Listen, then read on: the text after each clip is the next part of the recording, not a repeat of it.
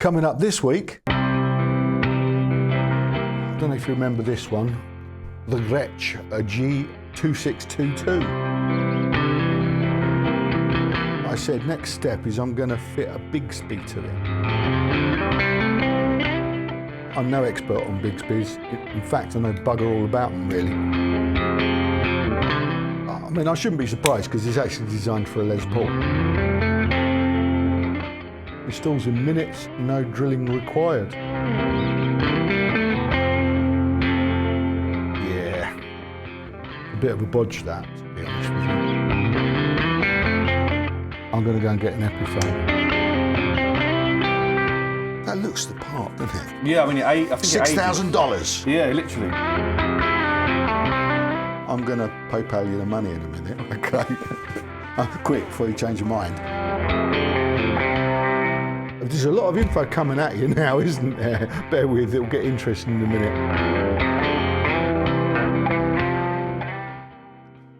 Hello, thanks for joining us. Welcome to the Guitaristas. A packed show today, absolutely jam-packed with gear. There's about, I don't know, half a dozen guitars in this show, a couple of amps, and even a pedal. I've got a mate dropping in later to help me demo a pedal. And well, he's trying to flog me a pedal actually. So he's dropped in to show it to me, and we're gonna get nerdy, I suppose, about gear and stuff, and have a little chat. So stick around for that. First off, though, I've got some loose ends, or a particular loose end I want to tie up. A little while back, I don't know if you remember this one, the Gretsch G2622. We did we modded it. I put these Dynasonic pickups, super Dynasonic pickups in it, didn't I? A little while back. There's the thumbnail. If you saw that, you might recall that I said next step is I'm going to fit a Bigsby to it. I've got this Bigsby and a Vibramate kit, which is a thing that you get. So you can fit Bigsbys to guitars that have got stop tails, and you can fit them without damaging the guitar. So I said, yeah, I've got this. This is a B7, and I've had this kicking around from old projects, long forgotten, unused. So I think, oh, this will fit. So I said, what we'll do is we'll fit it to the Gretsch, because that'll be really cool. But that was a few months back, and well, one of the reasons I haven't done it yet is because it don't fit. I did a little test lineup, and it's, well, I think the Bigsby's the wrong sort, and the Vibramate kit's the wrong sort. I mean, I shouldn't be surprised because it's actually designed for a Les Paul. So, but I thought it might fit this, and it doesn't. So that's one of the reasons I haven't done this yet. So obviously I can't do it today because I still haven't got the right one. Bigsby comes in, I'm not going to get all nerdy about different types of Bigsbys because I'm far from an expert on Bigsbys. In fact, I know bugger all about them. Apart from, this is a B7 and there are other types. I can show you one right now. This is a B5 on this Gretsch Electromatic. In fact, I think this is what they call a B50, which is the cheaper version. This is a licensed one rather than, this is a genuine one, and it's more expensive. This one here, it's about 200 quid. Yeah, they're around about 200 quid, sort of $250, $300, so not cheap. On this Eastman Juliet, that's another well, this is a B5, the proper one, the expensive one. And they also do a B6, and I think a B10 and a B11 and a range. So what you're going to need to do, if you've got a guitar and you want to do this, you want to fit a Bigsby, is go onto the Bigsby website, and there's a chart, and it will tell you what you need. It will tell you what Bigsby you need, and also what Vibramate kit you need. Now, let's put this aside, because although I can't fit it to the Gretsch, I've got a Les Paul, and we're going to fit it to that. This is my Tokai Love Rock. which you may recall has also been heavily modified with Mad Murray's PAFs and wiring, and it's still got a wonky switch from when I did the the mod job on this. I'll put a link to that series in the description box because it's, if you fancy a laugh and, you know, stuff. This has also got this has also got a Faber wouldn't work. This has got a Faber lightweight tailpiece and a Faber TP 59 style bridge with brass saddles, and this has got the conversion posts in. So this is a US style. There's a lot of info coming at you now, isn't there? Bear with, it'll get interesting in a minute. Yeah, this has got the conversion post as well. Look, watch the film and you'll see what this has got. Anyway, the point is, this is a Les Paul. Let me make some space. And just crack it on today. This will fit. I've got the correct Bigsby B7 and Vibramate kit. The Vibramate kit basically is this. It's a little thing that sits under, well, you remove the tailpiece. You have to take the strings off, obviously. I'm going to do this. I'm just telling you what's going to happen. And then this goes in place of the tailpiece. And then the Bigsby seamlessly bolts on, basically. Shall we whip the strings off and actually start fitting it? And I'll just talk you through. It's a pretty straightforward task. So let's crack on and see if that is actually true, shall we? Yeah, let's get the strings off and crack on.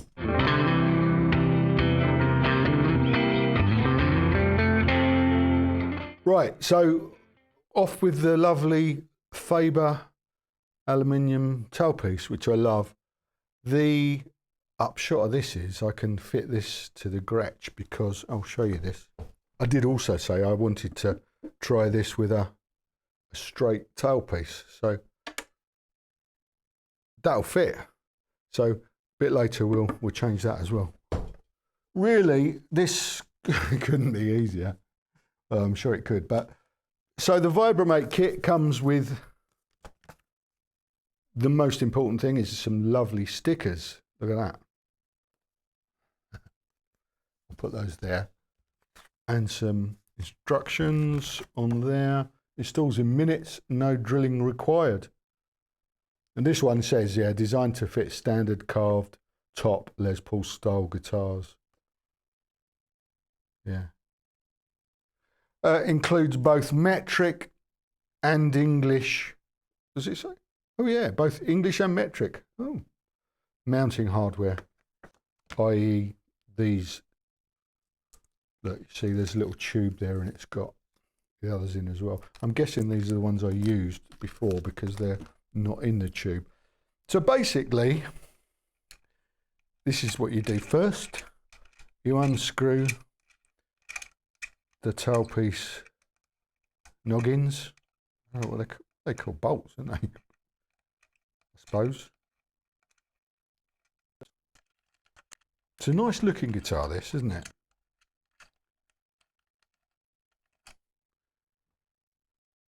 And then, so this is the bit. Oh, is there a right way and a wrong way around? That's a good question. Yeah.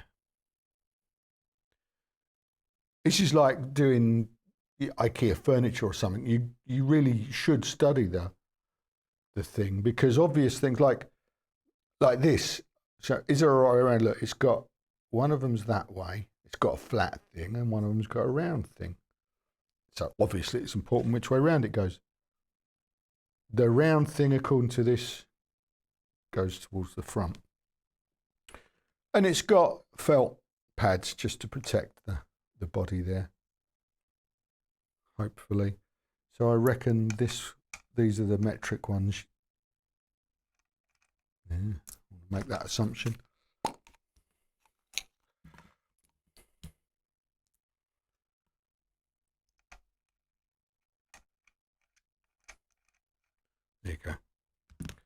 They're the ones I need.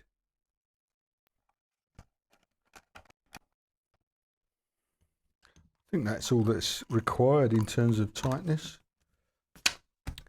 Right.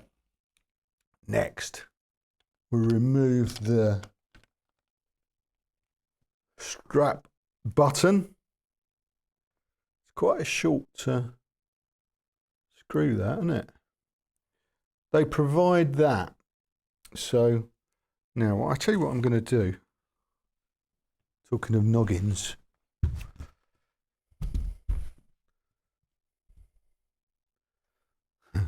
Got these little bench dogs.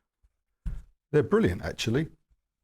Got a kit on Amazon. It weren't expensive. Very useful, that. Right. So what happens now? See these little screws here? We just remove the little screws here. Put those there. This has got a plate that I've already fixed onto it. As you can see, those 4 screws there.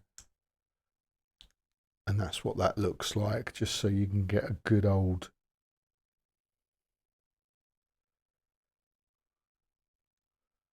look.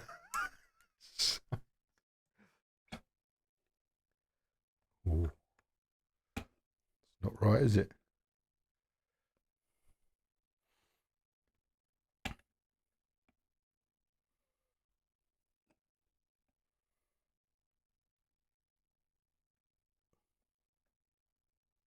It is, yeah, it fits. I thought for a minute it didn't fit. I thought, hang on, that's not right.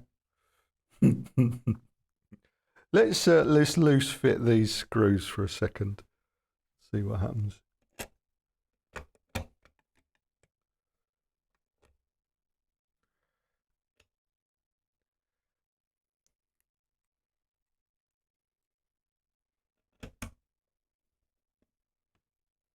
Because this is a Tokai and not a Gibson, so I was kind of making the assumption that it is the right. Going to use the longer screw, strap button, little felt thing, funny little plate that came with the guitar, with the Vibramate kit. It didn't fit very well on this Tokai, look. It doesn't. I think that, yeah, it's a bit of a bodge, that, to be honest with you.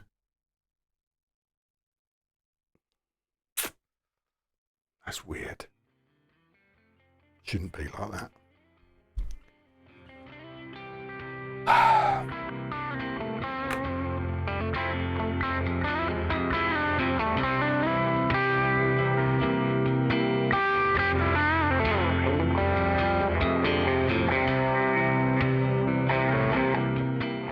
Right, what I've just discovered, apparently, it doesn't really fit very well on a Tokai. So I think the tolerances on the Tokai, as we discovered when we were fitting the switch, funnily enough, I should have seen this coming. It's not, it's not the same. So I'm backing off. It wasn't fitting properly. So I'm backing off. What I'm going to do is quickly just screw those back in. I'm going to go and get an Epiphone and we'll try again. Let's see if it fits on an Epiphone.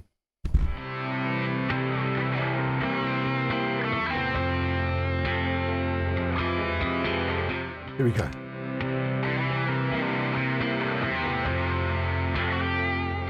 Noggins out.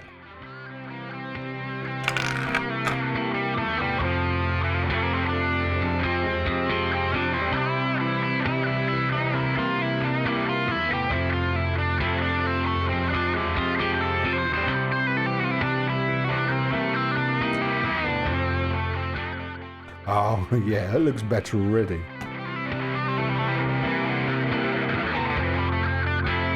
I don't know if you can see what I mean, but that's just it's just a tighter fit to the end. So presumably the Tokai was just a little bit out from the Gibson spec, I suppose. Surprise, surprise. Yeah, should have known, shouldn't I? Right, okay.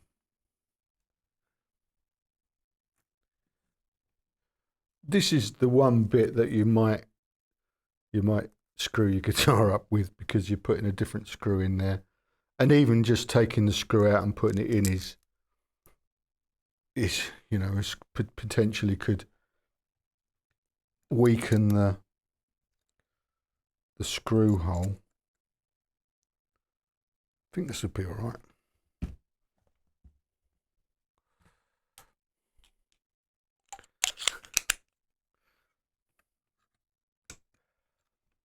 This is for demonstration purposes, and it probably won't stay on the guitar. There you go. And I'm unlikely to, well, I'll make a point of not putting a strap on this for now. There you go.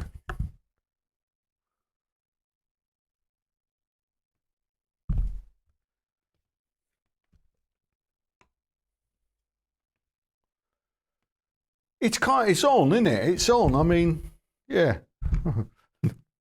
It's on.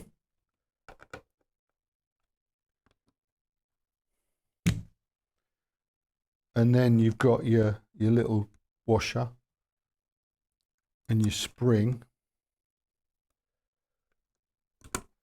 And now what we need to do is put some strings on it. Any ball sack, regular slinkies.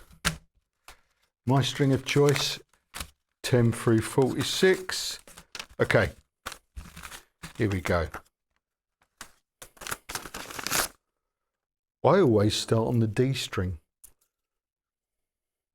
I don't know why. Right, so the strings obviously go on these little posts. I'm just going to take the spring off for a second. They go on the post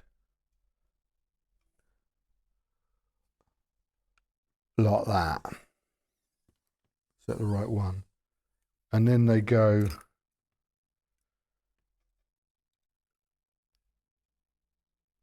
under that post, a bar, and over the bridge. You got to keep some tension on them or they just fall off. My method at this point is just to whack a capo on there just to hold the string. See?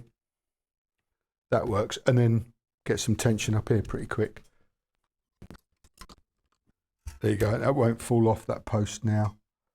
I was just going to say, no matter how many times I restring a guitar, what I try and aim to do is just get, you know, a turn and a bit around the post. But I cannot, for the life of me, guess it right. Guess how much slack I need to get it. I like what I've got around there. That 2.5 turns on that one. Right. Anyway, now I've got a little bit of tension. I'm just going to put the spring in and continue. So it helps to just get a little bit of a bend in that. See what I mean? It just to get that on that post. And some people have suggested stuff. Someone suggested an eraser. That's not going to work. That bit of foam is way too big, and now it's stuck. But some of like do you know what I mean? A rubber, an eraser.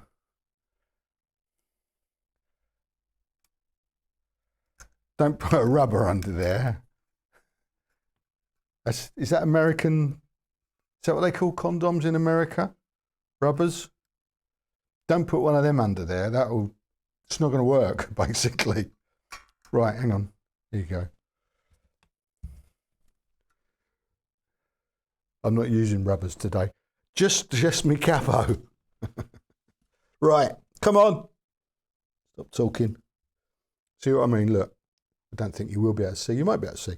What I'm trying to do here is guess about that much. And that's what I do. Hold it like that. Get out of the way. Hold it like that.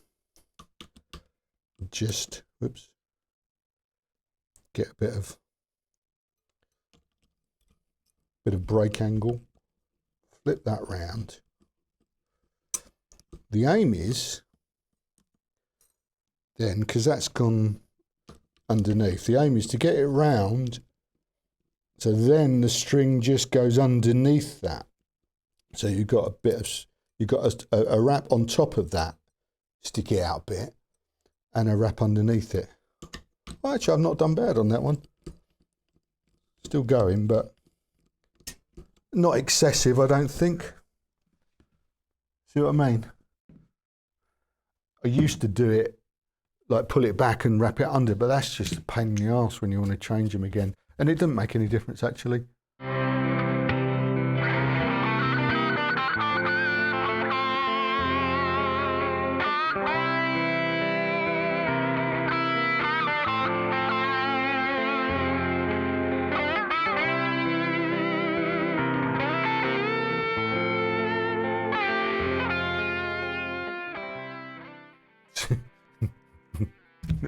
I'm as surprised as you are. Yeah, well, it looks all right, doesn't it?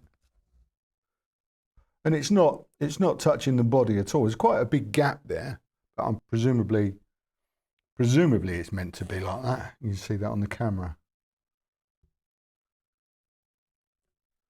Looks all right. That looks cool, actually. Right, let's plug it in and make some noise. Yeah, see you in a minute.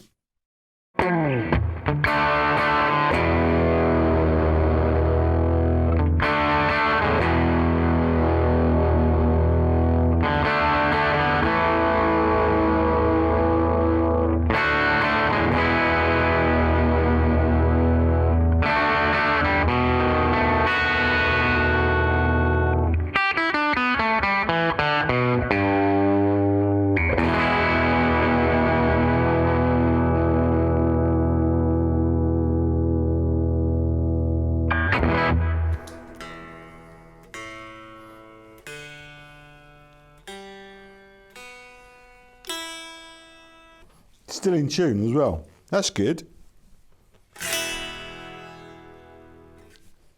Ish, you know. Yeah. Pretty cool. I'm not going to do very much playing today because I had a visitor last weekend.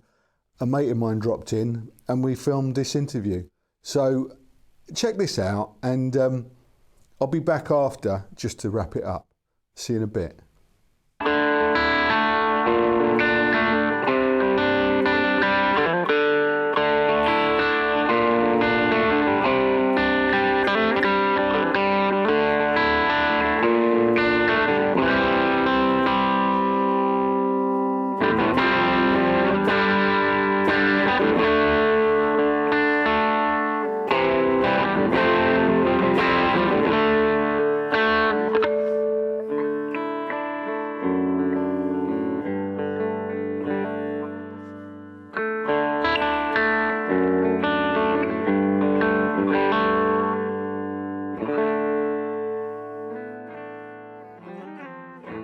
Great, it's really cheap guitar. How much? It Really was I'm going to say 350, something like that. Less than 400. I think now they've gone up a little bit. It's the warm one, and they did it in a denim blue. Really? And that, and a black one, I think. Right, okay, I'd like to see the denim blue one, but this one's really cool, isn't it?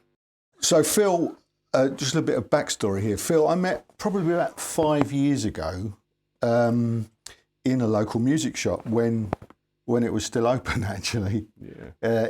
And so I went in and I heard this noise coming from the back room, and it was like like a swarm of angry wasps or something is the only way I can describe it. So I had to go and investigate. And Phil was in there with I think it was a vintage Telecaster. Yeah. And you were playing it through one of them little battery-powered... Black Stars, yeah. Yeah. Like a Black Star Fly 3 or whatever Yeah, it's called. and it was just like, it was an amazing sound and an amazing guitar, and that's the first time I met Phil. And so I said, at that time, I just kind of started mucking around. I'd set up the YouTube channel, but I hadn't really done anything. Done a couple of interviews, had some other people on. I said, Phil, come over and... come over. So he did, and there's a few films, and they're still on the channel.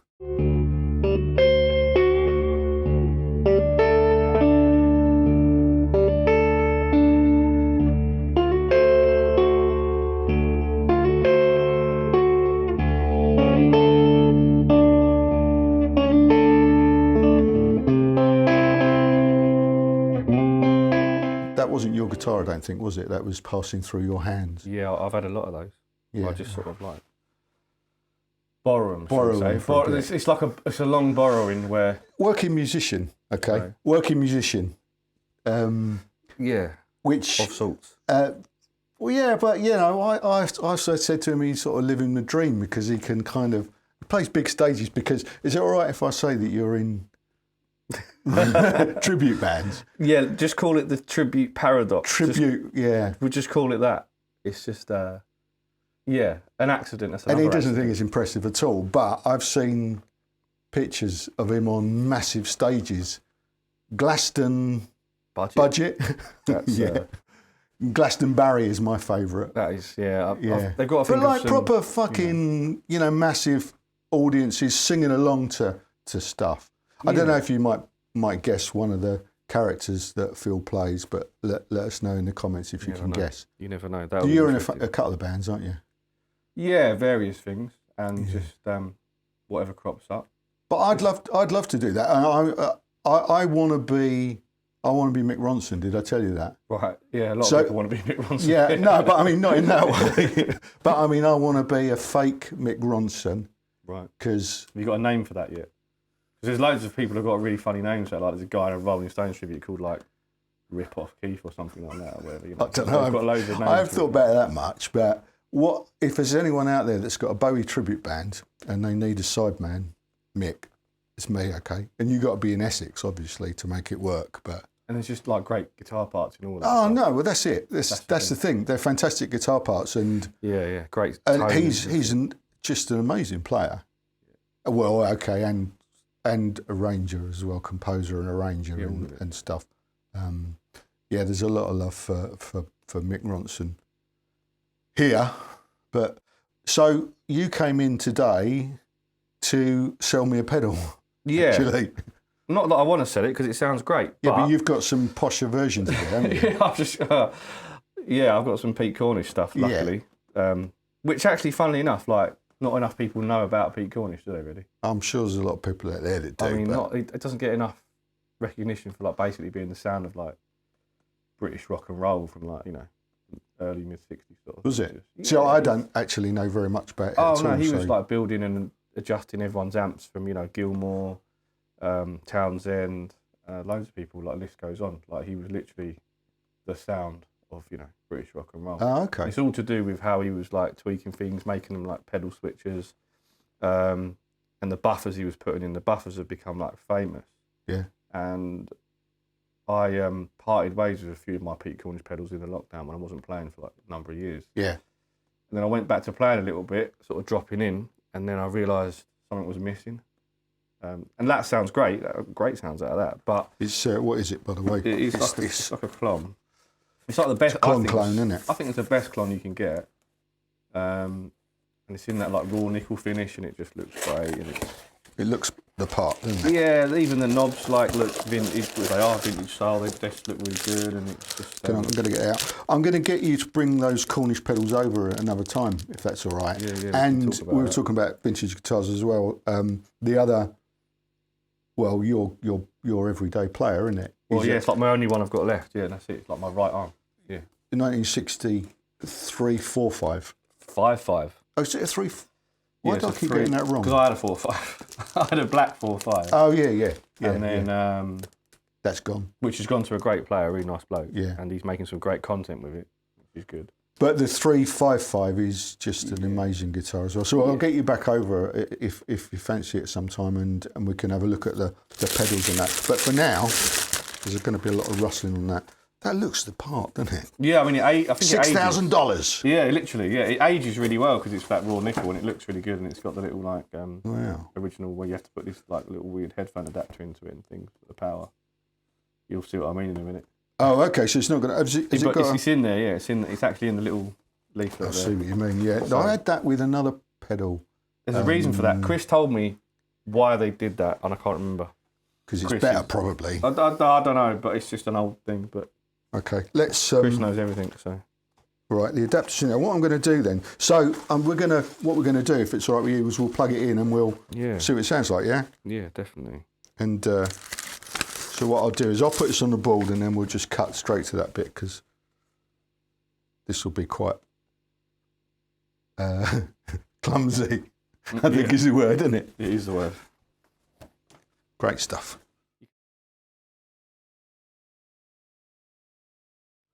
So we're on. We're on. So you want to talk about the pedal? Yeah. So this is a Seriatone. So it's not actually a Klon, is it?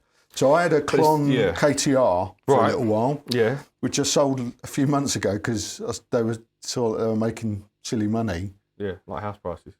Well, not that much, but Klon KTR, I think I doubled my money on it when I sold it. So then the thing is, it was all right, but it didn't sound significantly different to something like the Soul Food, which I use a lot. Mm-hmm. So I sold it. But then when you said you were getting rid of that, at a bargain price, I might add, I'm not going to tell you how much, I thought I'd snap it up. I had a look on Reverb last night. I thought, oh yeah, that's a good deal. Yeah, I mean, it sounds great because what it's meant to do is, it's a bit like, the Klon thing's a bit like, it's like the Bigsby thing. Like people go, oh, I'll put a Bigsby on my guitar and it doesn't stay in tune and like I can't do like whole tone bends with it. It's like, well, that's not what it's for. Yeah. It's subtle. The word is subtle. And this thing does, the Klon does subtle, massively. That's what it's about. Like, that's what it's for. But you have to like understand that before you get it. It's not going to do, And I got mixed up. Zone too, I used to call him a tube screamer, and actually someone admonished me in the comments for that. It's not a tube screamer at all. It's a completely different thing. Yeah. So what is the difference?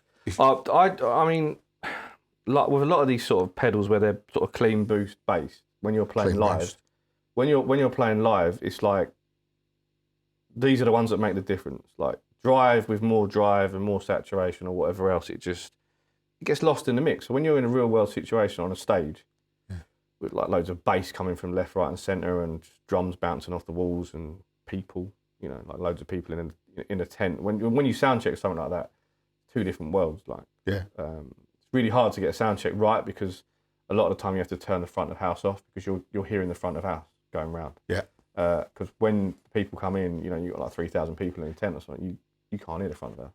Yeah. And you'll be surprised at how much you can't hear the front of house, and how much you can't hear your own guitar. Yeah. And that. So these sort of clean boost pedals are the bump that you can't get anywhere else. But it's all about getting it in the right place in the pedal chain and stuff like that. Sometimes it works before to saturate things a bit more, and sometimes it works afterwards as a pure boost.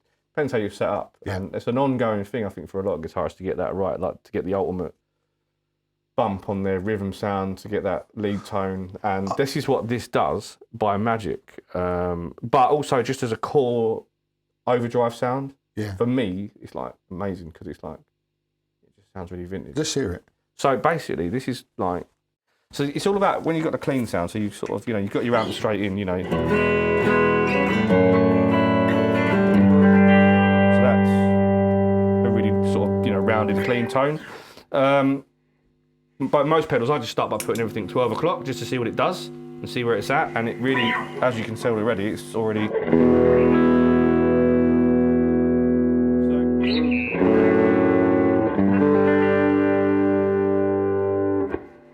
So between that and that, what have you lost? Nothing. When the thing with a lot of drive pedals, the first thing, again, what Pete Cornish talks about is bottom end retention.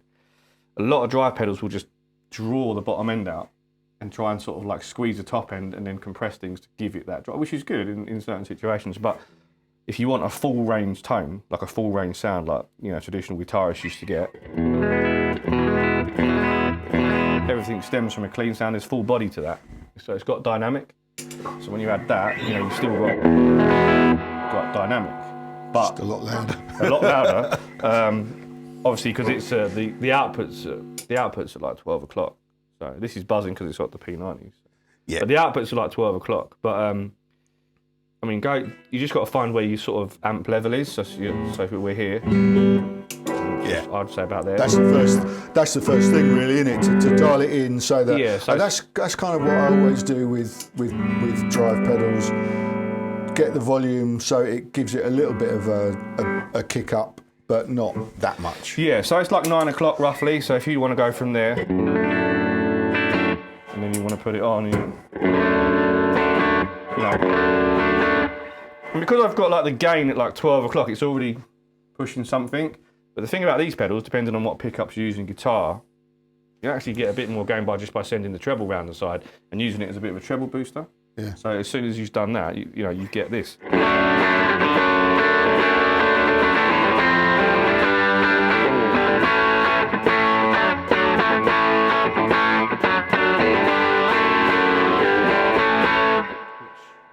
It's a really... That's going to cut through the mix, isn't it? It's going to cut through the mix. Yeah. It's a really, dynamic rhythm sound that you can proper play off if you're playing off of it. And that's just from knocking the treble up. You put it back where it was at 12 o'clock, and it's not bad. It's just different.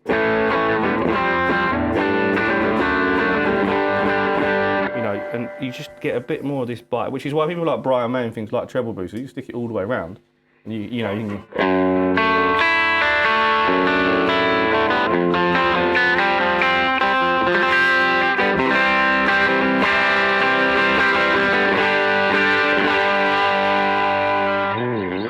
So it's amazing. It gives you like a real thing. But then you start to play with the knob that we all want, the gain.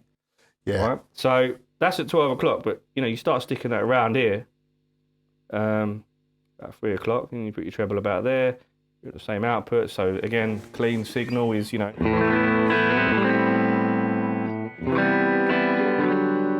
there. And then,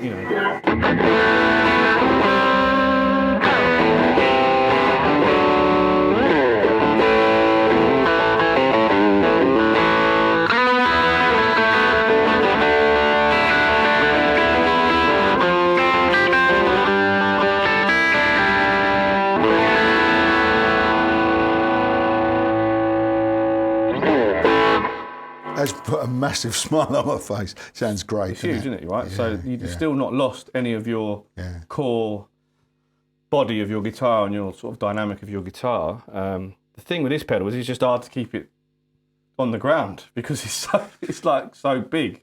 I remember when I was playing in the band, it took me ages to get my drive pedals right. Oh, yeah. And then every time you change your guitar, it was like, so you've got to have a number of different setups for when you change your guitar, which I was... And in fact, towards the end, I thought, actually, I'm not even going to change the guitar. I'll just use one guitar because it's so much easier than you know where you're fucking around with all of this stuff, because the levels are all over the place and the amp. Yeah. It will change the minute you change the amp. All of that. Oh yeah. All your settings will 100%, change. Yeah. I mean, in an ideal world, I think all guitarists want a sound coming out of their pedals and amp and everything else, a core tone where they just plug a guitar in. And it's there always. It's always there. And whatever's going on, you can hear the guitar. Because you don't want to plug different guitars in and all sound the same. You don't want to start putting boosts and things on them and like compressors on them to make them all sound the same, but you're just using a different guitar. You want to hear the guitar. Yeah. So if you put this in or if you put the SG in, you want to hear what you're playing, And that's a hard thing to get. But something like the Klon does it, because the Klon doesn't take any of the characteristics away of what the amp does and what the guitar does. And it doesn't matter how much you stick into it in terms of like drive. It only goes, that's all the way up. And this is as heavy as it goes. I mean, it doesn't really...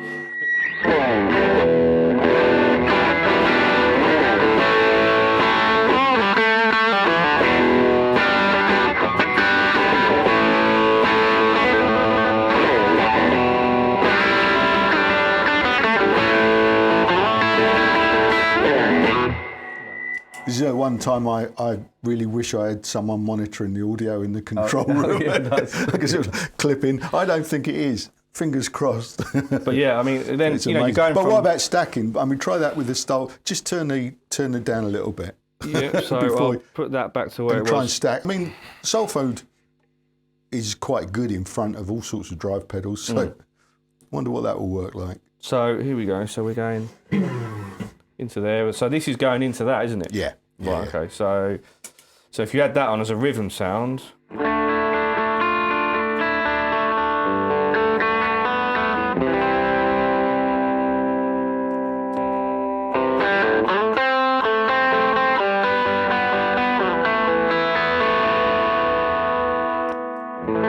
Works, doesn't it? It's really subtle and it's really transparent, which I didn't expect.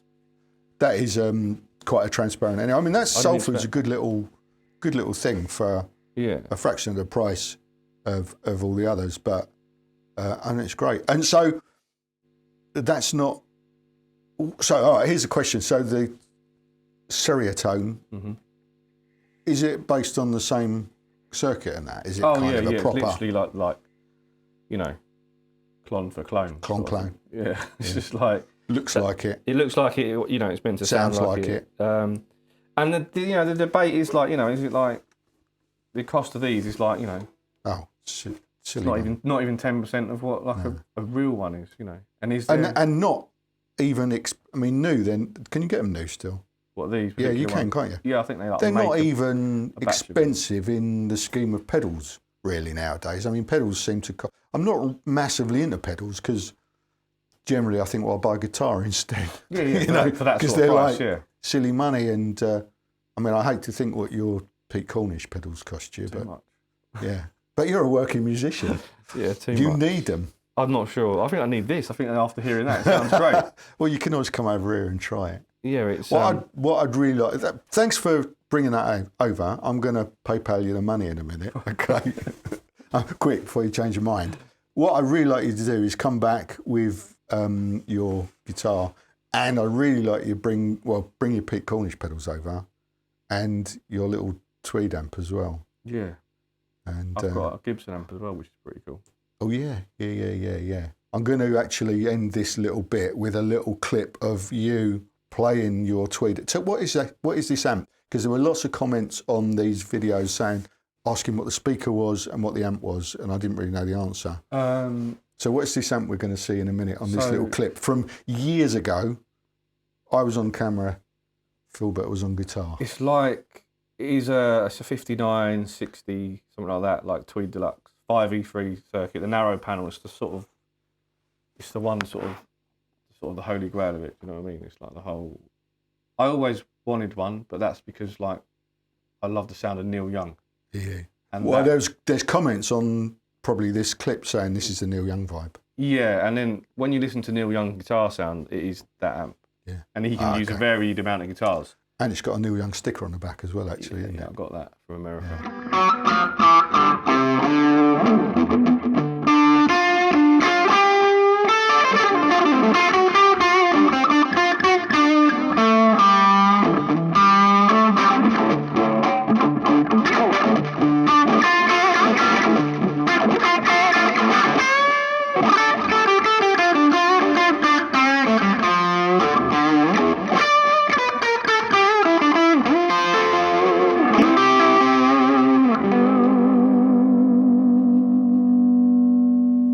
Fun fact, you use this amp to play, stadiums? Yeah. Big festivals. Yeah. Big fake festivals. Yeah.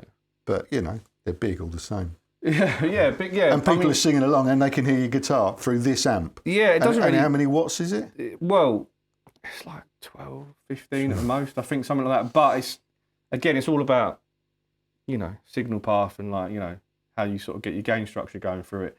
And it's just the way the amp reacts. And I've done the sort of Neil Young thing to it where stock, it's really good. I've got the stock Jensen speaker, it's really good. Okay. But it doesn't quite put out the same. So I've got like an old 62, like JMI era sort of box speaker, blue Celestian in it.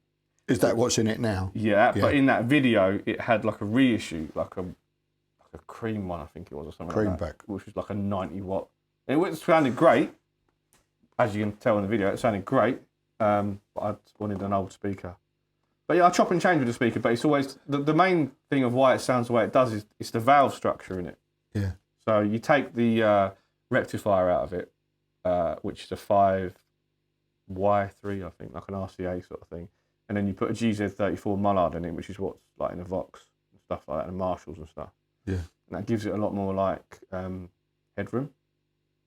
See, the great thing about this section is we can get nerdy like this because I've never gone this deep. Yeah, into and then like in the valve one section, you've got like a 5751 or whatever it's called, like the Stevie Ray Vaughan valve. You see things like that. This guy is going to come back and get nerdy about this stuff because the great thing is that I know loads of you are interested, and those that aren't will have clicked off hours ago probably anyway. Yeah. So it's brilliant because it gives us a chance to muck around with pedals, talk about vintage gear, and whatever shit we end up talking about. So. But these are the things that guitarists talk about, like at gigs, like when there's gigs going on and there's like a few bands on, people think there's this like rock and roll lifestyle. I think you're all doing drugs. Yeah, they think it's like proper rock and roll. That's the kids out the front that are doing the drugs. Yeah.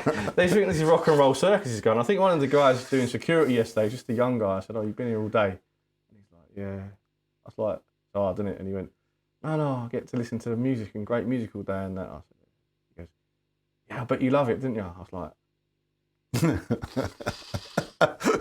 and then he went, "Yeah, but there must be like loads of fans and like groupies and that." And I was like, I've just come for the I don't believe it. I don't believe it. Yeah, but then... I just get a buzz out of, being Mick Ronson, just doing that, I just think...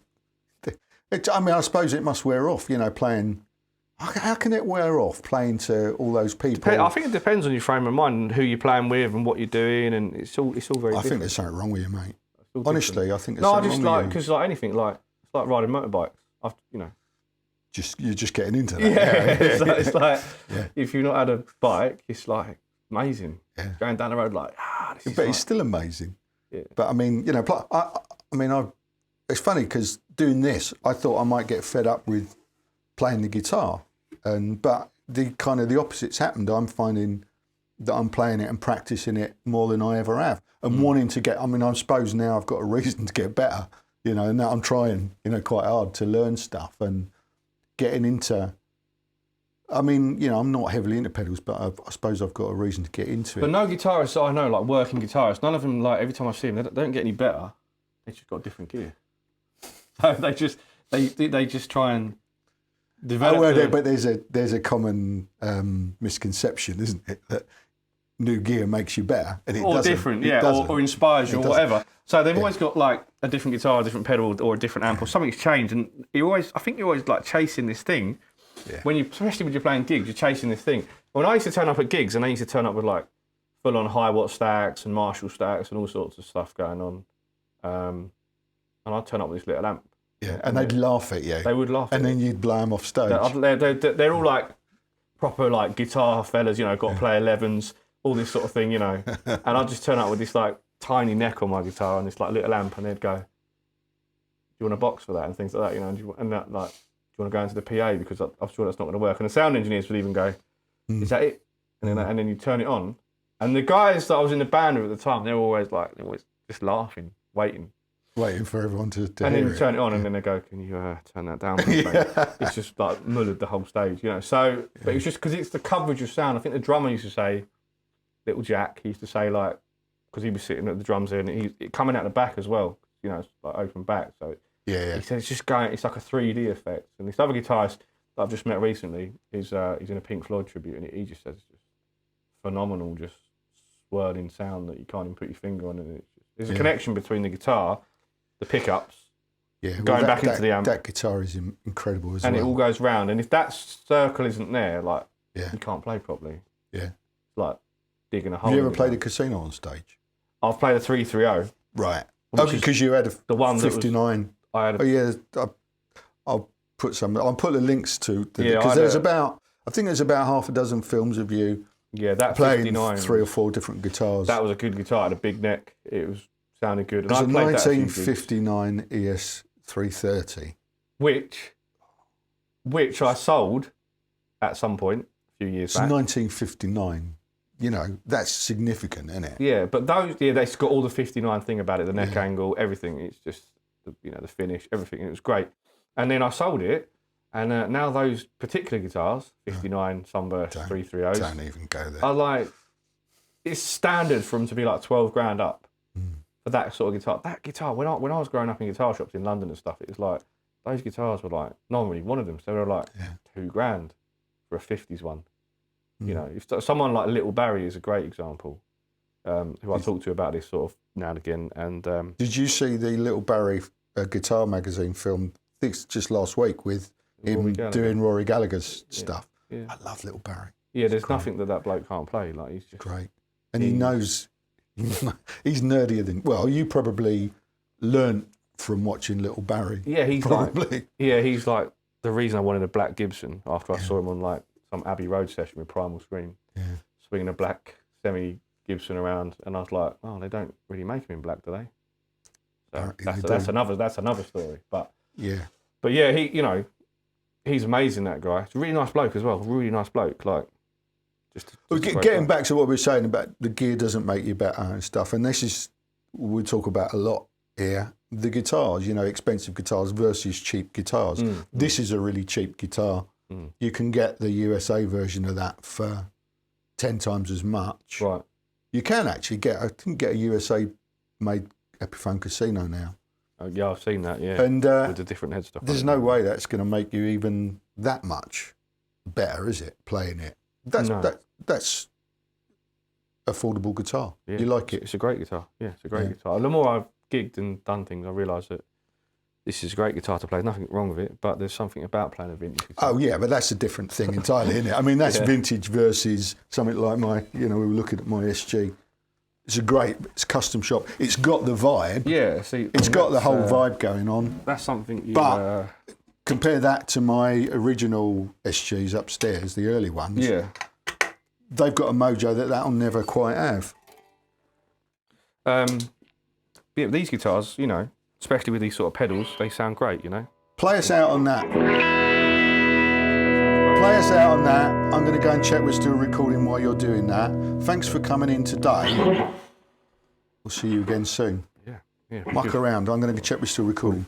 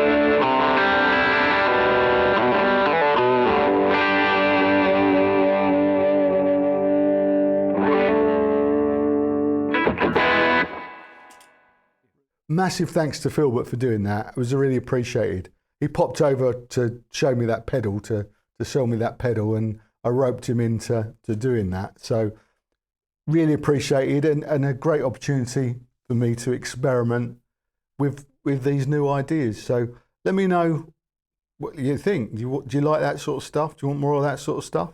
Let me know. We've crammed some stuff in this week, haven't we? Lots of I've lost count of how many guitars have been on camera this week. But there's another one to come actually in a minute. Oh, yeah, there's another surprise guest appearance of one of my guitars in a minute in the Playout Jam. Let's just wrap up this Bigsby thing. It sounded great. Obviously I didn't play it very much, but I used it and it worked and it stayed in tune. I'm going to probably leave that on this guitar. I really like it. I think it looks really cool. Do you reckon? Yeah, So, you know, in case you missed the point, the Vibramate kit is a method of fitting the Bigsby without marking up your guitar. This will all come off and come back to normal in a matter of minutes. And obviously you don't have to use the Vibramate kit, but it will leave holes. You quite often see guitars that have been converted with Bigsby's on with holes left. It's a telltale sign, and it looks terrible, to be honest with you. So this is great. I don't know if there's a trade-off in terms of the sound, but this sounded pretty good. The Tokai, unfortunately, yeah, I mean, if you've got a Tokai, it kind of feels like you're a bit on your own.